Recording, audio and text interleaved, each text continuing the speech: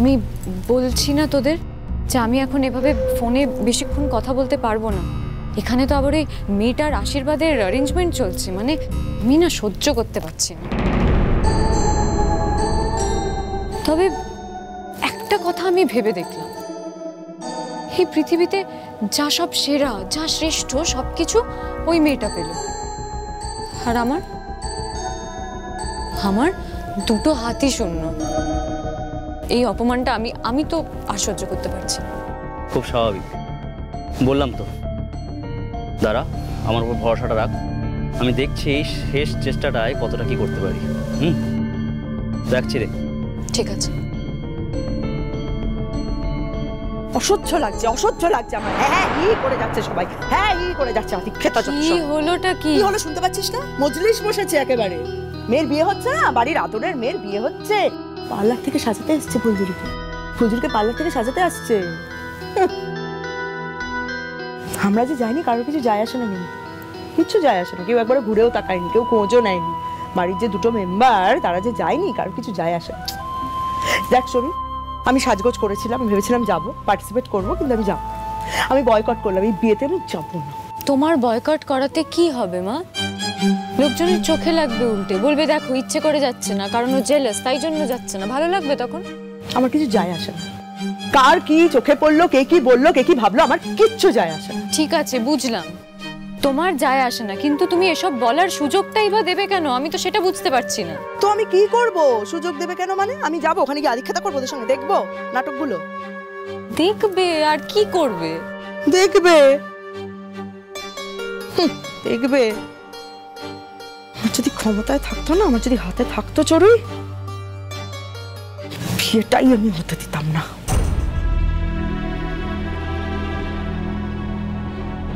মা, তোমার হাতে ক্ষমতা নেই ঠিক, কিন্তু আমার হাতে তো আছে।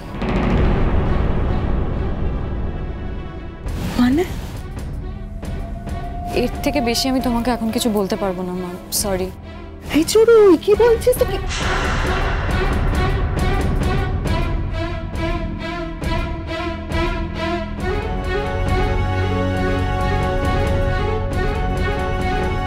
কি বলছিস তুই? কি বলছিস? বললাম তো পরে বলবো, এখন বলতে পারবো না। আরে বাবা, তুই বুঝতে পারছিস না কেন? আমি আস্তেই কথা বলছি। আমি যদি জানি আগে থেকে, আমাকে যদি তুই শেয়ার করিস তোর প্ল্যানটা, তাহলে পরে যদি কোনো সমস্যা হয় আমি তো সামাল দিতে পারবো।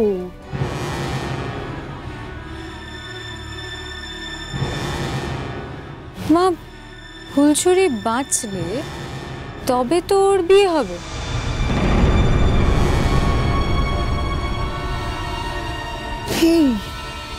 কি বলছিস তুই? চড়ুই, এরকম আগুন কিন্তু তুই জ্বালাতে যাস না, যাতে তোর নিজের হাতটা পুড়ে যায়, নিজের হাতটা পুড়ে যায়। পারো তো মা, তুমি না এরকম কথা বলো বলেই না তোমাকে কিছু বলতে ইচ্ছা করে না আমার, এই জন্যই বলছিলাম না। আমি করবো না কি? আমার বন্ধু বান্ধবরা আছে তো। কি করবি বল না। দেখো, লজিক্যালি ভেবে দেখো, রাস্তায় বেরোলে তো অ্যাক্সিডেন্ট হতেই পারে, আবার গুন্ডারা অ্যাটাকও করতে পারে তো। হ্যাঁ, একদম উল্টোপাল্টা কাজ করবি না তুই। কোনো মানে হাইপার হয়ো না। এক্ষুনি কি বললাম তোমাকে? বললাম তো আমি করব না। যাদের করার তারা করবে, আর তারাই শাস্তি পাবে।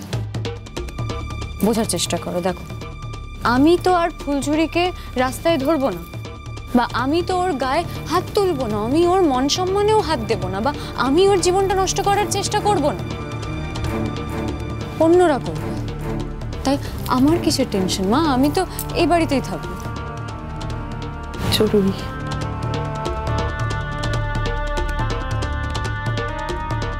রাগের বশে এমন কিছু করিস না যাতে তোর কোনো ক্ষতি হয়। সাবধানে করিস, যা করবি। সময়টা কিন্তু ভালো যাচ্ছে না চড়ুই, একদম ভালো যাচ্ছে না। মা, খারাপ সময় কি ভালো কিভাবে করতে হয় সেটা আমার খুব ভালো করে জানা আছে। তুমি টেনশন করবে না। হ্যাঁ মা, ও মা, এই দেখুন। হ্যাঁ হ্যাঁ, দেখুন সব ঠিক আছে তো? হ্যাঁ, এই তো দুব্বো ঠিক আছে, ধানও আছে, মিষ্টিও আছে, পান। হ্যাঁ ঠিক আছে, ভালো সাজিয়েছে। কমলিনী সব সাজিয়ে দিয়েছে।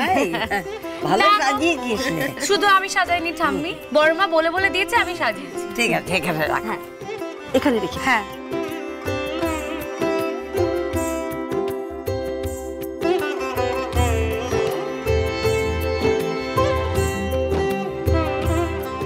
হ্যাঁ গো, এই আশীর্বাদের জিনিসপত্র সব কই? আমার কাছে আছে, তারাও নিয়ে আসছি। শোনো শোনো শোনো, ওরা কিন্তু এক্ষুনি চলে আসবে। আমাকে ফোনে বলে যে 2 মিনিটে ঢুকছি, তাড়াতাড়ি করো। ঠিক আছে আনছি, দাঁড়াও।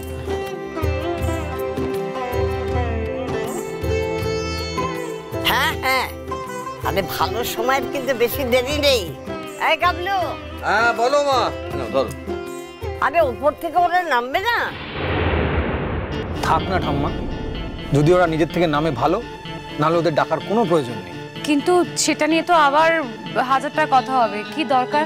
তার থেকে তুমি একবার যাও না, তুমি গিয়ে ওদেরকে জানিয়ে আসো যে একটু পরে তো অঙ্কুররা সবাই চলে আসবে, ওরা যাতে নেমে আসে। না, কোনো দরকার নেই। হ্যাঁ, আমারও সেই মনে হয়। আরে বাবা, ওরা কি গেস্ট নাকি যে উপরে গিয়ে নেমন্তন্ন করে রাখতে হবে? আসার হলে আসবে, না আসার হলে আসবে না। ও ডাকাটাকের কোনো প্রয়োজন নেই, ব্যাস।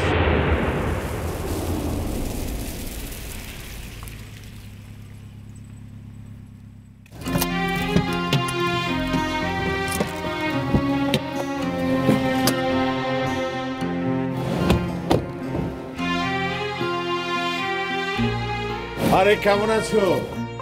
ভালো আছি, আসুন। তোমরা ভেতরে যাও, আমি আসছি।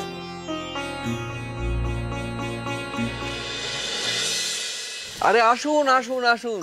মা দেখো কারা এসছে। আচ্ছা নমস্কার নমস্কার। চলুন বসবেন, চলুন। অঙ্কুর কোথায়? ও তো বাইরে লালনের সাথে কথা ও বলছে। আচ্ছা আচ্ছা, চলুন চলুন। আসুন আসুন আসুন আসুন। বসুন মা, বসুন।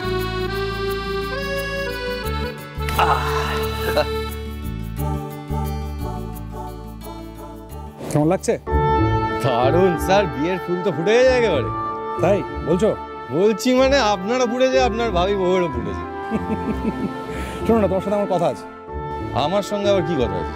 আরে সেদিনকে কফি শপে বললাম, আবার ভুলে গেছি। কফি শপে সেদিনকে বললাম না যে আমি এতদিন পর বিদেশ থেকে এসেছি, আমার বাবা মা একা, কেউ কাজ করার লোক নেই, তাই বিয়ে সব কাজকর্মে তোমাকে হেল্প করতে হবে। প্রতিশোধের খেলায় আপনি আমাকে হারাতে পারবেন না স্যার। আপনি যেটা চাইছেন সেটা হবে না।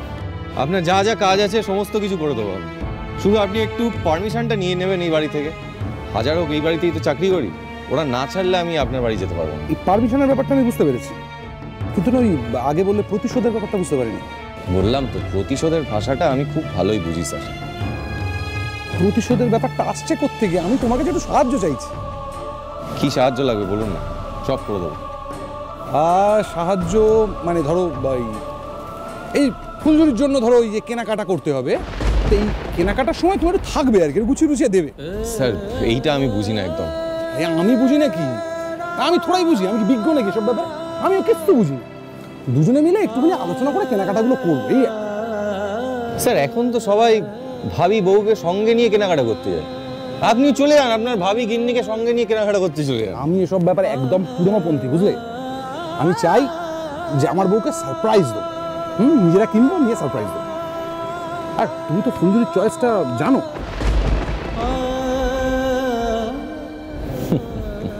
কি হাসছো কেন? আমি খালি ভাবছি আপনি আমাকে কতটা বোকা ভাবেন। বোকা?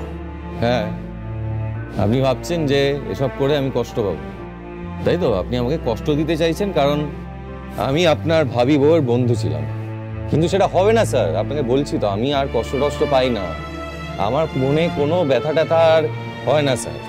কাজে এটা করে কিছুই লাভ নেই। আপনি এটা করতে চাইছেন, সেটা সফল হবে না। আমি যন্ত্রের মতো সমস্ত কাজ করে দেবো স্যার, সমস্ত কেনাকাটা করে দেবো।